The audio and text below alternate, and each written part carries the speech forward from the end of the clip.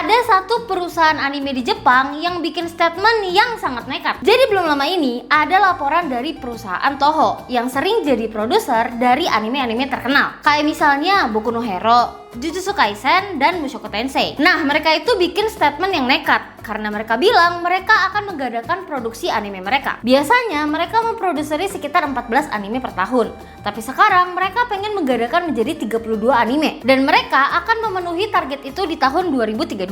Ini berani banget karena sebenarnya Jepang sendiri itu lagi kekurangan animator dan gak ada jaminan kalau anime itu masih populer atau masih jadi hype di tahun itu. Nah, menurut kalian keputusan Toho ini terlalu nekat gak sih?